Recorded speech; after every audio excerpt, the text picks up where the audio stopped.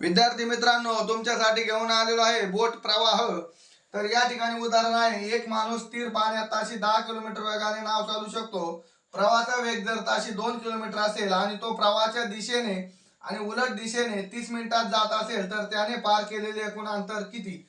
या ठिकाणी त्यांनी स्पष्ट सांगितलेलं आहे की बोटेचा स्थिर पाण्यातील जो वेग आहे तो 10चा आहे आणि प्रवाहाचा जो वेग आहे तो 2 किलोमीटरचा आहे। मग प्रवाहाच्या दिशेने ती जात असताना 12च्या वेगाने जाईल, तर प्रवाहाच्या विरुद्ध दिशेने जाताना या ठिकाणी आपल्याला दोन्हींची आवश्यकता आहे, प्रवाहाच्या दिशेने आणि उलट दिशेने। तर प्रवाहाच्या विरुद्ध दिशेने जाताना तो अडथळा प्रवाह हा अडथळा निर्माण करील, म्हणून या ठिकाणी तो वेग येईल 8चा वेग येईल।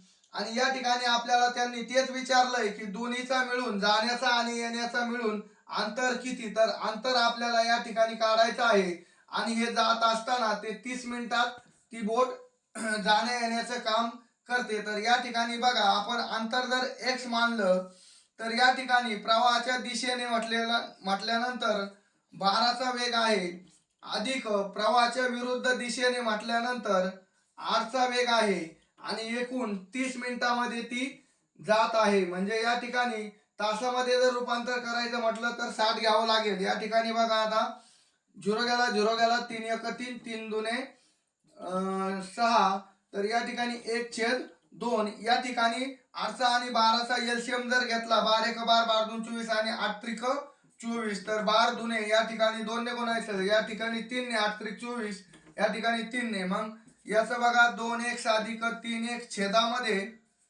छेदामध्ये येईल 24 बरोबर 1/2 तिरकस।